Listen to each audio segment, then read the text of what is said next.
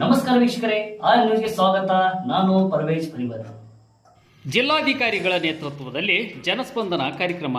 ಕರ್ನಾಟಕ ಸರ್ಕಾರ, ಬೆಳಗಾವಿ ಜಿಲ್ಲಾಡಳಿತ ಹಾಗೂ ರಾಮದುರ್ಗ ತಾಲೂಕು ಆಡಳಿತ ಇವರ ಸಹಯೋಗದಲ್ಲಿ ರಾಮದುರ್ಗ ಪಟ್ಟಣದಲ್ಲಿ ಸರಸ್ವತಿ ಕಲ್ಯಾಣ ಮಂಟಪದಲ್ಲಿ ಜನಸ್ಪಂದನ ಕಾರ್ಯಕ್ರಮವನ್ನು ಹಮ್ಮಿಕೊಂಡಿದ್ದು, ಈ ಕಾರ್ಯಕ್ರಮದಲ್ಲಿ ಬೆಳಗಾವಿ ಜಿಲ್ಲಾಧಿಕಾರಿಗಳಾದ ನಿತೀಶ್ ಕುಮಾರ್ ಪಾಟೀಲ್, ಬೆಳಗಾವಿ ಜಿಲ್ಲಾ ಪಂಚಾಯತ್ನ ಸಿಇಒ ರಾಹುಲ್ ಸಿಂಧೆ, ಬೈಲೊಂಗಲ ಉಪವಿಭಾಗಾಧಿಕಾರಿ ಶ್ರೀಮತಿ ಪ್ರಭಾವತಿ ಫಕೀರ್ಪುರ್, ಬೆಳಗಾವಿ ಜಿಲ್ಲಾ ಪೊಲೀಸ್ ವರಿಷ್ಠಾಧಿಕಾರಿ ಡಾಕ್ಟರ್ ಭೀಮಾಶಂಕರ್ ಗುಳೇತ್ ಭಾಗವಹಿಸಿ ತಾಲೂಕಿನ ಎಲ್ಲ ಸಾರ್ವಜನಿಕರ ಅಹವಾಲುಗಳನ್ನು ಸ್ವೀಕರಿಸಿ ಕೆಲವರಿಗೆ ಸ್ಥಳದಲ್ಲಿ ಪರಿಹಾರ ನೀಡಿ, ಇನ್ನು ಉಳಿದವರಿಗೆ ಸಂಬಂಧಪಟ್ಟ ಅಧಿಕಾರಿಗಳಿಗೆ ಸೂಚನೆ ನೀಡಿ ಸಾರ್ವಜನಿಕರ ಎಲ್ಲ ಸಮಸ್ಯೆಗಳನ್ನು ಬಗೆಹರಿಸುವಲ್ಲಿ ಪ್ರಾಮಾಣಿಕ ಪ್ರಯತ್ನ ಮಾಡಿದರು.